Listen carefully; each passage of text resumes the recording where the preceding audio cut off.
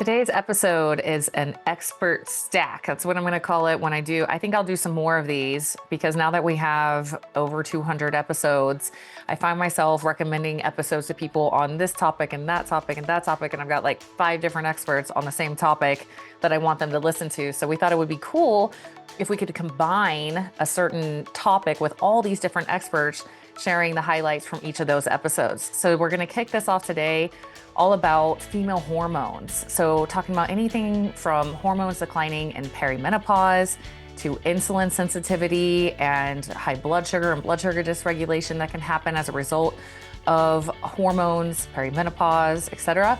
Adrenal fatigue, what's the deal with coffee, yay or nay?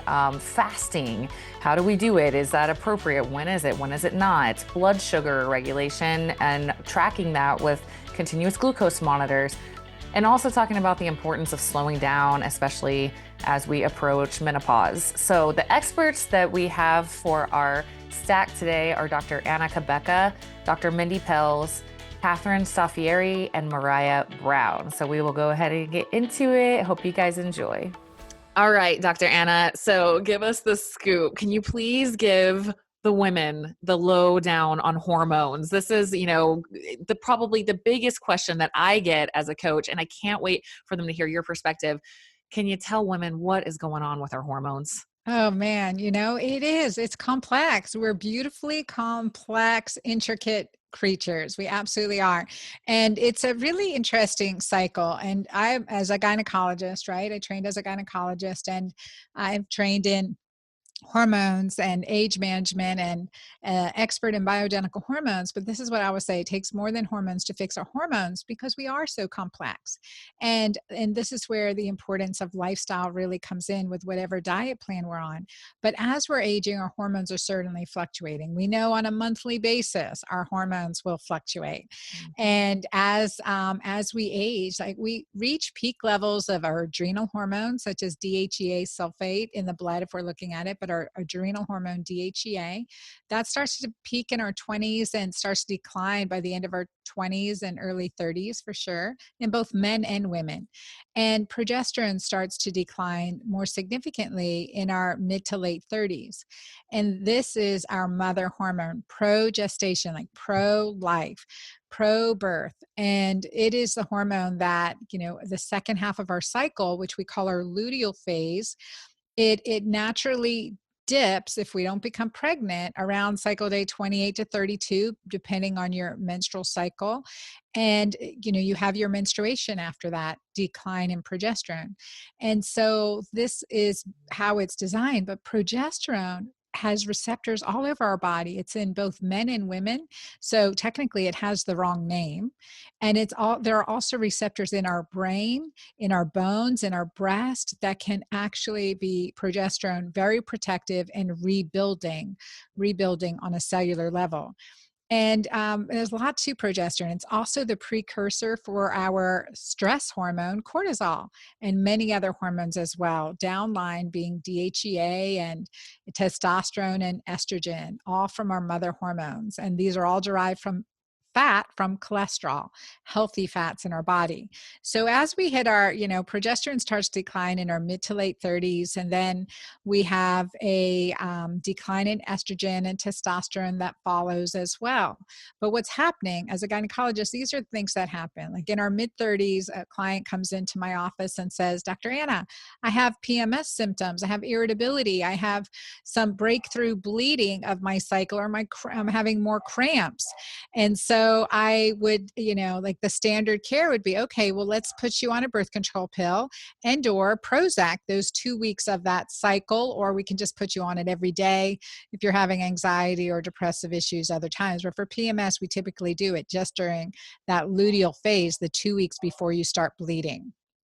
And so then the patient comes back in her 40s and she's like, Dr. Ann, I'm still having breakthrough bleeding. I don't like how I feel. I have zero sex drive. Of course, the pill will knock out your sex drive. I have zero sex drive and having difficulty sleeping, waking up in the middle of the night.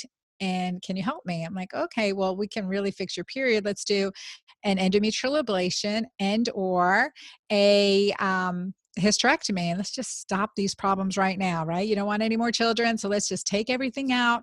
You won't have to worry about uterine cancer, ovarian cancer. We'll take the ovaries while we're there, even though they're just fine. And so then the situation happens. Well, she comes back, I have no libido. I'm still waking up in the middle of the night and having a hard time with memory and brain fog. And you're like, well, let me tell you, I've done everything I can as a gynecologist, but I want to refer you to your next best specialist. Here's my favorite psychiatrist. And by the way, here's a divorce attorney. Just it's terrible, right? But as I Seriously. learned in my system and like in my practice and through my own trauma and troubles with my menstrual cycle, as I got to the underlying reasons, like that patient coming in now in her mid 30s or earlier at any stage with PMS symptoms, it's like, okay, we detox you, no white, no wheat, no sweet, very little red meat. And basically, if you can pick it, peel it, fish it, hunt it, milk it, grow it, then for the most part, you can eat it, right? We want to get to whole foods that look like food, avoid the center aisles, and then let's support our body, a supplement that I created for myself out of my journey around the world working with healers. I put them on that Mighty Maca Plus, which is a 30 superfood combination, have them take an omega-3 fish oil, probably need a probiotic, and before too long, add on some bioidentical progesterone. And I went from doing 2 to 3 surgeries a week early in my career to only needing to do 2 to 3 per year. Okay, I want to hit a little bit more. You mentioned stress with women and how like we can have, so let's say maybe they're doing this approach to keto and they're like, I feel like I'm being really healthy and I'm doing all those things, but things are still going wrong. How have you seen stress affect hormones, and what do you recommend for people to do to be able to deal with their stress and get out of this hole that they're in?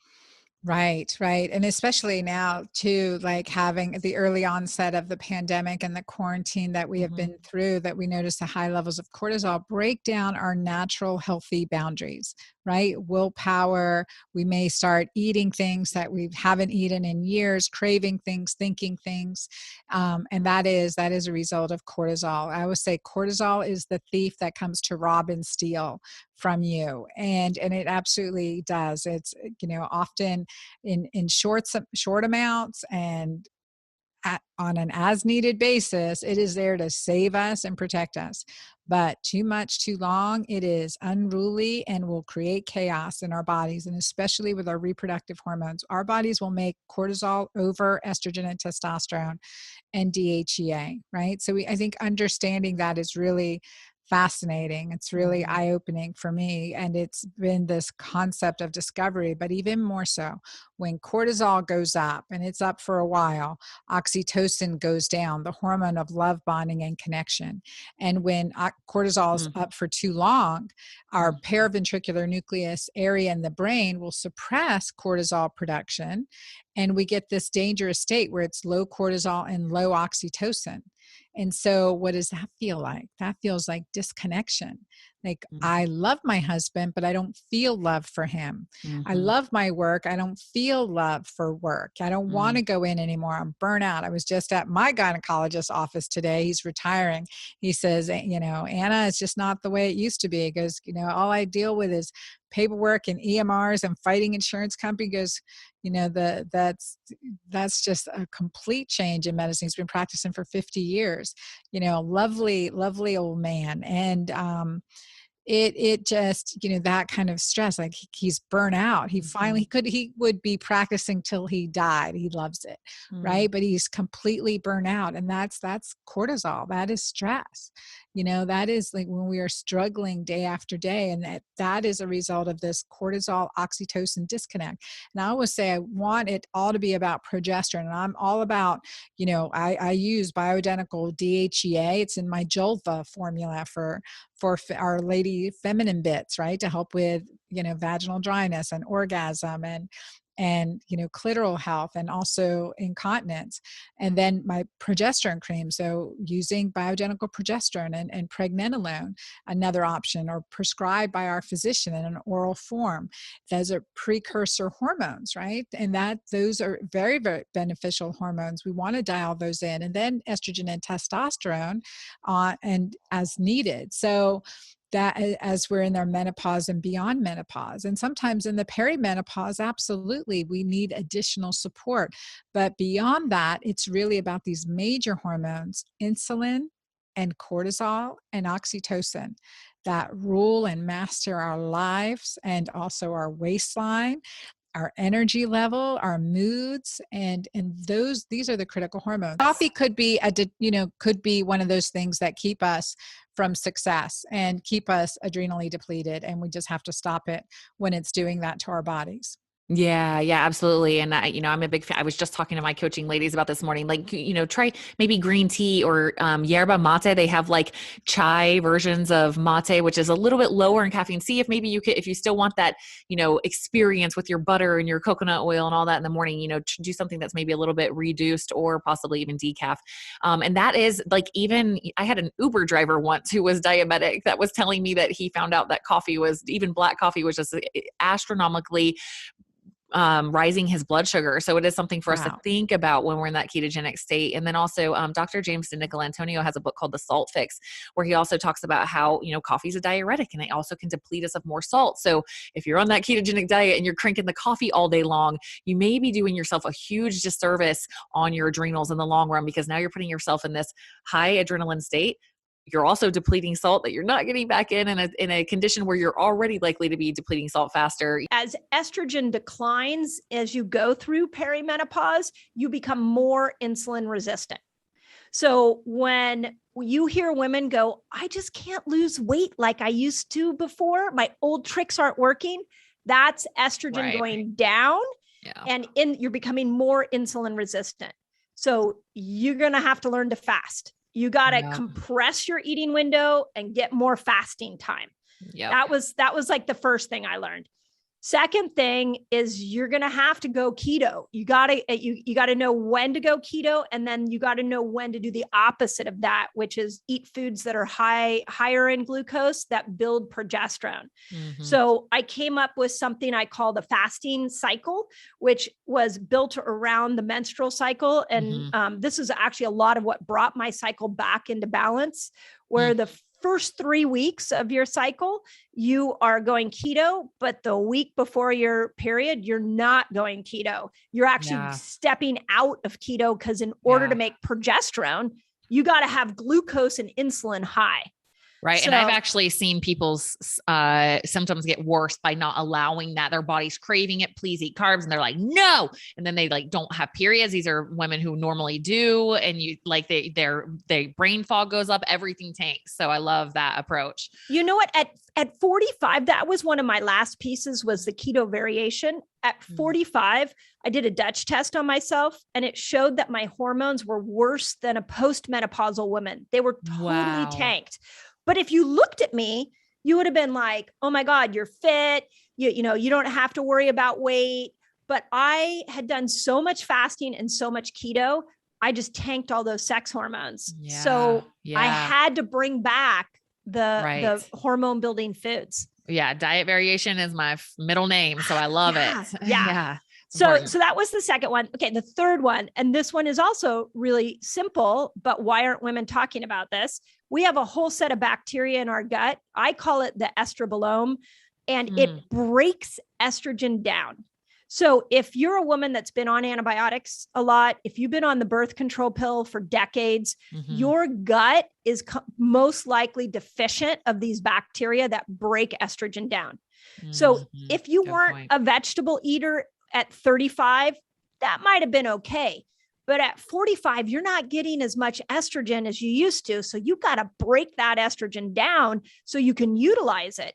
So up your green leafy vegetables, up your prebiotic, your polyphenol foods. Like, you got to feed those bacteria in a big way. So great point. So that was my third one. And then fourth was detox. I literally went through my house one day and like got rid of all toxic beauty products, shampoos, cleaners. And I started detoxing, and that was actually what brought my sleep back. It really started getting me sleeping again. And then the last one, to coin Libby Weaver's statement, is rushing woman syndrome. I'm still working on that one, but you can't do that. Type A overachiever does not work at 45. Yeah. Even at 38, I'm like in this mode where I did that. I did for the last couple year and a half, I was grinding, and I'm like, I won't live like that. Like if my lifestyle, whatever I'm trying to achieve, requires me to be in adrenal overdrive, that's a lifestyle problem, not a me problem. I'm not living like that. And boundaries, I feel like, is super important on that, is like saying no, even though that sounds really exciting and really cool. And I want to help everybody, and I will burn out. So I love that point. You know what I did on that one? Cause this is a hard one for me. Cause I love life. I want to do it all. Right. So if somebody invites me somewhere, I want to do it all. So I had to like make a promise to myself that Friday after 2:00 into Friday evening, and Sunday after 2:00 into Sunday evening was a no time. You invited me to anything during that time. Yes. I love that. 9 out of 10 times I was going to say no. But then what it did to my brain on Thursday, when Thursday was hard, I was like, oh, just get to Friday, because you got a whole afternoon. You can sit and watch a Netflix series. You can do whatever you want. So it gave me permission to rest. Yeah, I love that. Like I currently, my calendar scheduler is not available at all on Mondays or Fridays. Perfect. Because it gives me this barrier to like ease into my week and create and come out without just being bogged down on calls and interviews all day long. And even, I'm divorced and have 4 kids, and I have to be protective over travel, because I love networking events. It's just like, it's a fun party. I want to go to everything. And I realize that if I travel all the time on the weeks I don't have my kids, I go from like chaotic travel, I'm feeling behind on things, to kids and football and sports, and to straight back to travel. And I'm like, I need and demand for myself that time to just like chill and not have any fast pace. So I think that's important for a lot of people, but I know that women, I think it's like, especially when you get people like us who we're like, feel called and have this like mission. And then on top of it, we love fun. Yeah. Watch out. People, we love people. So it's like, okay, what's the harm in not saying no? But what I realize is if you put a bunch of yeses together week after week, you don't feel so good. You're saying no to your own self peace for sure. Right. And let's backtrack to the cleaning out the toxins in your home, and let's shift gears into toxins. And, I think it's getting somewhat popular. I'd say just being real, probably more amongst like the affluent crowd, maybe hasn't true socioeconomically. I feel like the more affluent people kind of have all the the healthy soaps and the water filters and all of these things. And I think there is a little bit of a socioeconomic barrier there, but I do think that there's quite a few people that are just like, does it really matter? Does it really matter if you have like whatever Dawn soap and Irish Springs soap bars? And, do you really need to filter your tap water? So can you educate your perspective on those things? Yeah, I'm so happy you said that, because one of the things I love about fasting is it's free.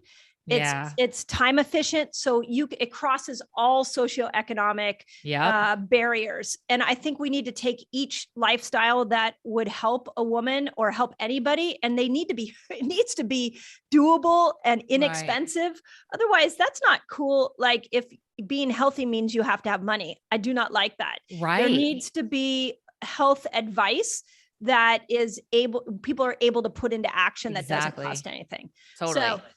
So this is the interesting thing about that 40-year-old range and the perimenopausal years, is this toxic bucket really comes into play. So when you're born, you are born with a size of toxins, a bucket size that you can genetically hold. So you may have been born with a really big bucket size and you can handle a lot of toxins. And I may have been born with a very small bucket size. I can't handle very many toxins at all. You get your mother's toxic load. So go and look at your mother, and she got her mother. So you can look at your grandmother, you can look at your siblings, but whatever, like if your mother has Alzheimer's, your grandmother has Alzheimer's is proven to be a toxic issue of the brain. It's time to do some detoxing. You need to look at the generation ahead of you to understand what that toxic bucket is. Thyroid problems, that's a toxic bucket problem. But why it catches up in menopause is that when your hormones do this real up and down, that signals any toxins that have been stored in our tissues to come out. So for example, lead is stored in the bones. So as the hormones are swinging in the perimenopausal years, lead gets dumped into the system and it goes up into the brain. Wow. And when it goes up into the brain, what it feels like is you say, gosh, I just don't remember things like I used to. Or you're in a conversation and you're talking to somebody and you're like, what was I saying? Mm-hmm. Or you walk into a room and you're like, why did I walk in here?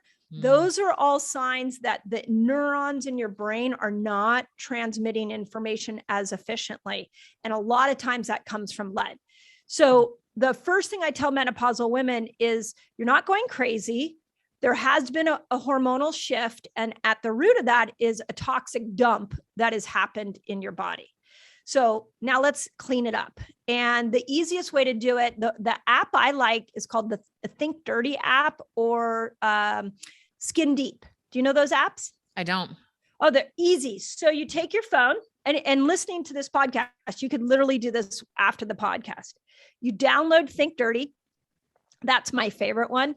And go and scan all your beauty products, scan all your cleaners, your detergents, scan everything in your house.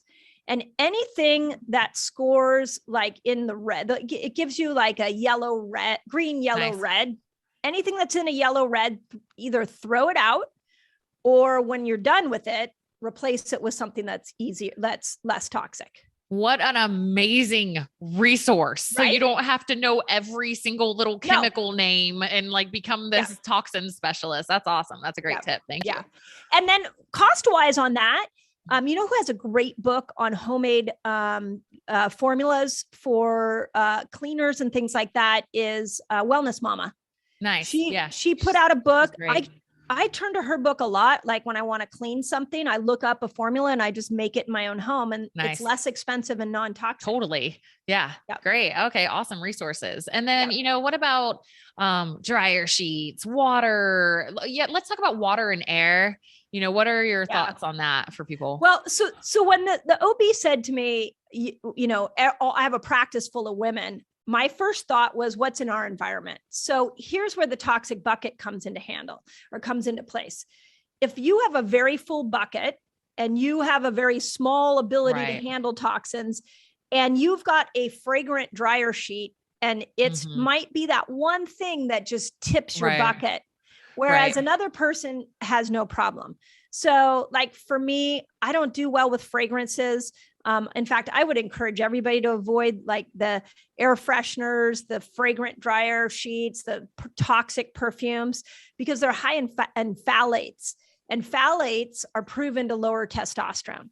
So for the menopausal woman, that's your testosterone is already declining. You don't need any extra help in the area of testosterone. So getting those out really makes a difference. Yeah. I love this talk about like the toxic load. And I always look to nature, right? I'm always, all of the health advice we give, I'm always looking at, you know, if we were just dropped into the planet and we were living in this nice, abundant, you know, garden-y area with fresh water and fish and all these things, like, how is our world currently different than that? And is our body capable of handling that much change that quickly? Because like, I mean, the Industrial Revolution wasn't that long ago. No. I remember when there was no internet. So this is new. A lot of this stuff is new to our bodies. And so if we look at it, that it's just like minimizing, I'm hearing from you, like, let's minimize as much toxic overload as possible. Like it's gonna happen. You're gonna eat something at a restaurant at some point that has like refined seed oils, or, you know, you're gonna breathe smoggy air. So let's try to just minimize it as much as we can. And that's such a great resource. Thank you for sharing that. Yeah. I mean, the number one rule to detox is stop toxifying yourself. Like, like that's the first place to go. So, I mean, we can go into really fancy ways to detox that are more expensive, but let's start by just not toxifying yourself. Okay. Let's move over into fasting a little bit. Cause you know, some people still like, they feel unsure of themselves. And now granted, I'm not disrespecting your work cause you have so much value, but I like to joke with people cause they're like, how do you fast? I'm like, you don't eat. How do you break a fast? You eat, you know, I mean, obviously there's way more bigger ways to optimize and things to be aware of, but I like to give people a hard time because there's all this unsure, you know, I don't know how to do it or what to do or what's the best way to do it. and you obviously, this is your specialty. So you have ways to optimize. So I'd love to talk about, if you don't mind, talking about like dry fasting versus. Oh, you want to start with dry fasting? We'll get there. Let's go into the hard. Let's talk lengths of time, and then how to, best approaches. I'd say, mentally and also physically on how to approach fasting. Yeah. So great question. And I'm laughing because I'm like, oh, there are people that don't know about fasting. I haven't met those people so yet. Foreign to you. Yeah. I get questions are like, I think I'm going to try it. I never have before, so they're out there. Right. Okay. Okay, great. So we want to reach those people. So here's what I would say. If you're nervous about fasting, the first thing I want you to think about is that you are the same human body, same eyes, same ears, same gut, same liver, same spleen. Everything in your body is exactly the same as the cave people. And when we were in the cave people days, we walked out of the cave. We didn't have refrigeration. We didn't have a pantry, and we are programmed for survival. We didn't have fake food that lasted on your shelves for, 20 years. Right. So we had to go hunt for food. So we are internally wired to thrive without food. Like I'm not, right. Because if we didn't thrive, if we got worse as we fasted, you and I wouldn't be sitting here talking. Right. The human species would not have continued. So when you start to fast, you're going to work with your biology for the first time. You are not working against it. You are working with it. And you are going to discover what I call healing switches inside your body that you cannot discover through food. I don't care how great the food is. Yep. You cannot discover these switches with it. The only way to get to them is to fast. Yep. So that's the first thing for the people that are nervous. The second thing is the longer you fast, the more these switches get turned on. And I'll go through there's 6 of them that awesome. I really like.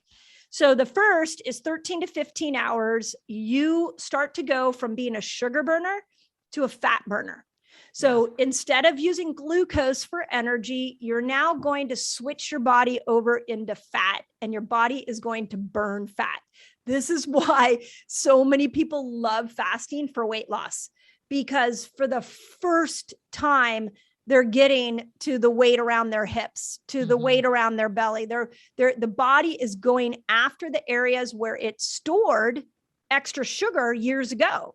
And this is what's so brilliant about our body is it goes, oh, okay, it's been about 14 hours. Food hasn't come in.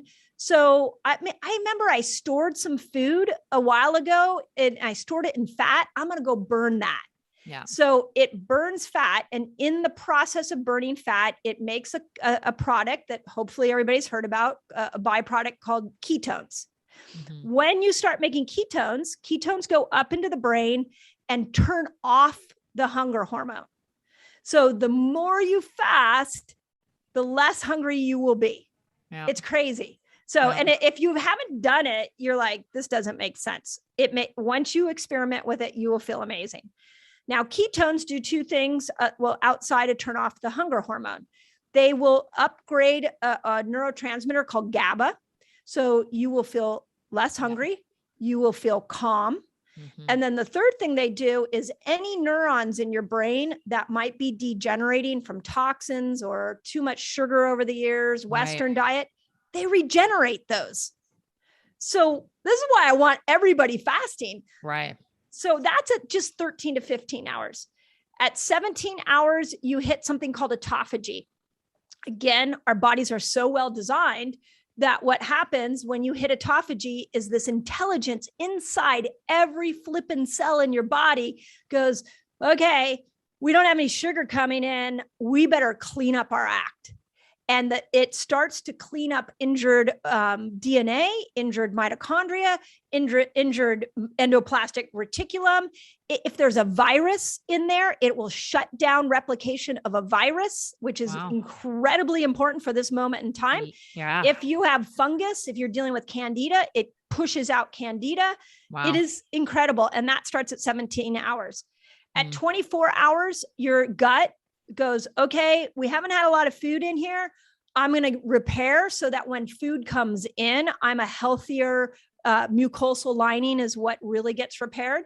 So any leaky gut, any candida, any parasites, you all of a sudden start repairing the inside of your gut. So those things can't live there easily. And leaky gut is like a big deal right now because of all of glyphosate and pesticides and things like that. So that's at 24. 36, what happens is your body goes, okay, it's been a long time now. Now I remember storing some sugar around my liver. I remember extra fat in other areas, and you will start to burn fat like crazy at 36 hours. And remember, again, all of this is for your survival, so you could go find food. Right. At 48 hours, the brain goes, okay, we need to really go look for food. So we are going to increase the dopamine pathway. So it opens up receptor sites so that you can receive dopamine better. So you are alert, you are happy. So you go find that darn food. It also will spin off some antioxidants that slow the aging process down, 48 hours. And then the Mac Daddy is 72. The body's so brilliant. It's like, we need to reboot the whole immune system so we don't die. We don't get an infection and die. And so old white blood cells get like destroyed, and new white blood cells emerge. And that's the beautiful timeline. Yeah, beautiful. Thank you for sharing that. Crazy, I want to just right? save that little snippet so we can just keep it on my website. Just go to Mindy. So yeah, that's how it works. So can you speak on salt and electrolytes if you're going to do something extended, like a 72-hour fast? Yeah. So this was kind of my biggest like aha in doing this, is how many people in the world are mineral deficient. And so much of that is coming from our poor conventional farming. Any farm that is a conventional farm that's been monocrop doesn't have a lot of minerals in it. They're now saying that, like the broccoli we buy at the supermarket has less vitamins and minerals than it did 10 years ago. Right. So if you're going to experiment with fasting, no, you probably are mineral deficient.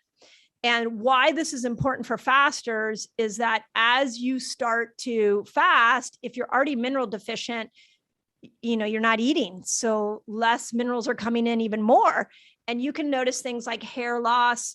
You can notice heart palpitations. And then you stop fasting thinking it's a problem with fasting. And really, it's just a mineral deficiency. When you're taking in carbohydrate, the body breaks it down into that smallest little building block of glucose. The glucose enters your bloodstream and the body senses it and goes, oh, wait, okay, great. We better produce some insulin, right? And then the insulin acts as a key. It unlocks the cell. It allows the glucose to enter, and then the body uses it up, right? That's when everything is working perfectly. And your body recognizes and produces the right amount of insulin. Everything gets ferried away, used up, bing, bang, boom. We're good to go, right? When we're going off the rails and things aren't working as well, we can see insulin insensitivity, right? Where we're just not recognizing that key isn't unlocking the cells, and your glucose is floating around your bloodstream, right? And so what we see is estrogen really promotes that insulin sensitivity. All those hormones work well together. So when you don't have enough estrogen, that insulin sensitivity, that ability for your insulin to unlock your cells is hampered. And so we can see that in a continuous glucose monitor, which is really helpful for women because, again, like this, you were saying, they're like, what's going on? This is so crazy. Well, we can show them what's going on inside your body, sort of this proxy system of looking at glucose and what's happening when you're eating.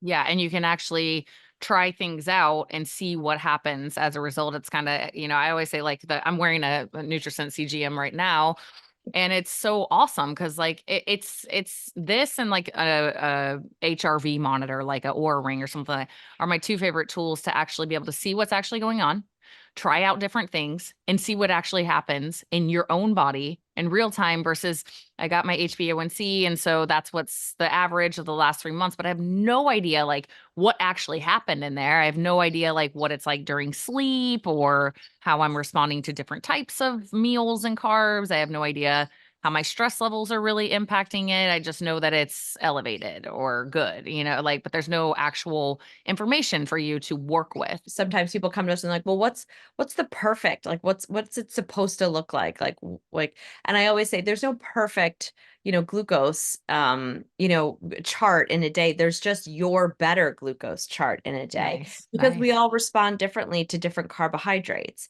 And we're all in different cycles, and we all have different body mass, right? So women are always trying to compare themselves to like someone they saw on, an influencer, someone they saw on TikTok, someone they saw on Instagram, like, well, that person has this smoothie every morning and they look amazing. And it's like, wow, Right. that person's so different from you. Or, Yep.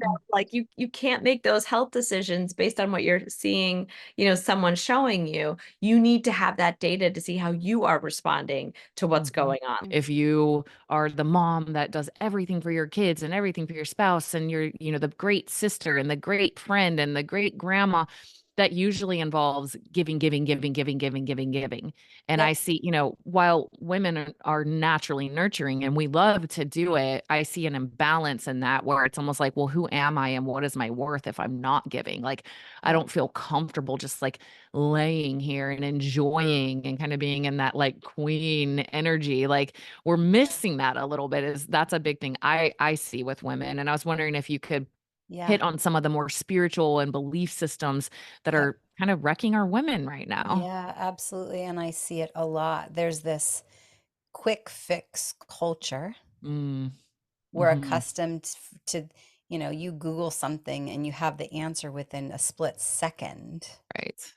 You take an ibuprofen and maybe the headache is away, gone within 30 minutes, right?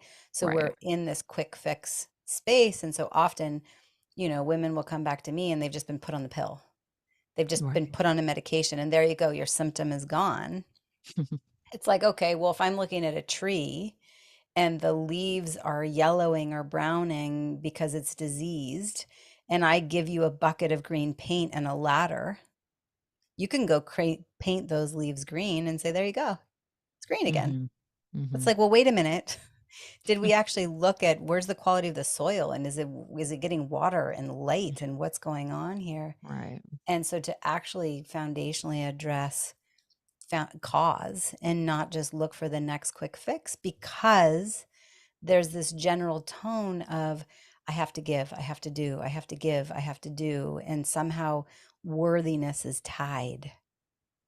And I think when it comes to conversations around gender right now, it's so charged Yeah. around concepts of masculine and feminine and Right. pronouns. And for me, I go, all right, if we say egg and sperm, if egg represents feminine Mm. and sperm represents masculine, we all have masculine and feminine, right? Right.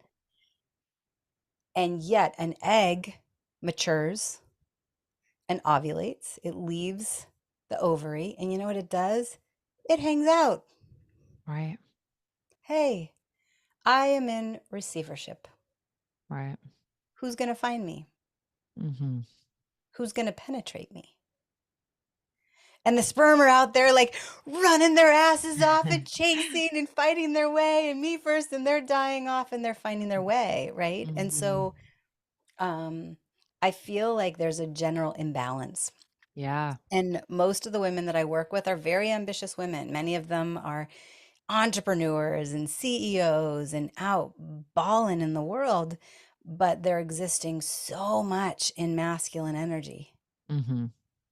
Um, we lose this sense of where's the surrender?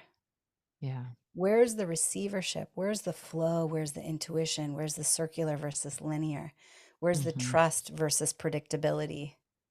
Mm. Right? Where's the receivership versus doing? Um, and so we think that it's weak to surrender. We've somehow created this pattern where many women have forgotten how to be in full receivership. Mhm. And instead we go, we do, we serve, thinking that that's adding value. But I go, all right, if you're giving from a depleted space Yeah. versus giving from a completely filled up intuitive, round, robust, vital, alive place, Mm-hmm. you look at who you're giving to. What are they actually receiving? Right. Um, there's a Quechua word. It's called Aini, Ayni, Aini, Mm-hmm. and it stands for sacred reciprocity. Nice. And what they believe, Hawaiians are big on that too, as you know. yeah, Reciprocity. Yeah. yeah, Mhm. yeah, where at least from a Peruvian shamanism or Quechua perspective, when there's an imbalance Mm-hmm. in giving and receiving, Mm-hmm. whether it's, out in nature, the trees breathing in the air that we breathe out, and we're breathing in the air that they give us, right? There's Mm-hmm. balance. Mm-hmm. And when something goes out of balance, they believe that that's where all disease comes from. Mm. Wow.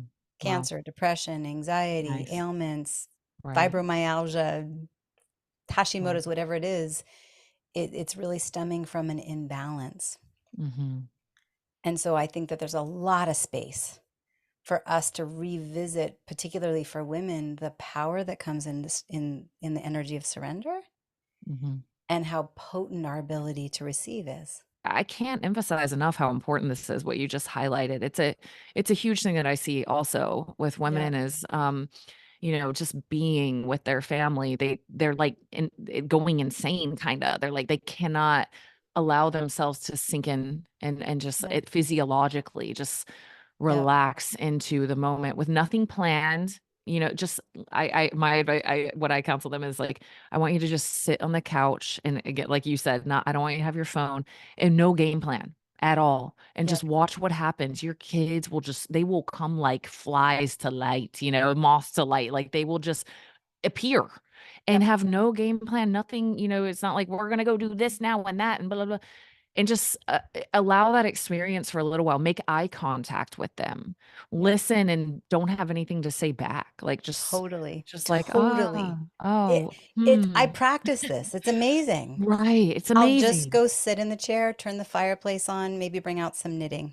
Right. And I have 3 young children, and next thing I know, all 3 of them They're are all in the there. room. Yup. And they don't need us to be doing anything. They don't even need us to be talking. Yup. But they feel so fed and connected just by Yep. the presence of mom. Hey, thank you so much for listening to this episode of the Inside Out Health Podcast. I hope this episode served as inspiration and something that you needed to hear in your life. If you have a friend or family member that you think would benefit from this episode, please share it with them. And also, please subscribe. I have so many more amazing guests coming. I have just been so gifted and honored to meet so many incredible health professionals in my career, and I cannot wait to share their messages with you guys. So please subscribe. And if you could be so kind as to rate my show, I would really appreciate it. This podcast is honestly an intuitive call to me to help spread goodness to the world. And so if you guys can help me do that, I would really appreciate it. If you want more info on this guest, pop over to my website, check out my podcast section, and you can get links to everything we talked about in the show and find out more about this guest and where you can go from here. Make sure you're also following me on Instagram. That is my most active platform. You can find me at Coach Tara Garrison. You can also find me on YouTube, LinkedIn, Twitter. Everything is Coach Tara Garrison across the board. And then, if you want to send me a message, guys, and let me know other guests or other topics you want to hear on the show, please let me know. I am here to serve you. So would love to hear from you, would love your feedback on the show. And if you share any of these episodes, please tag me on social media. It's Coach Tara Garrison.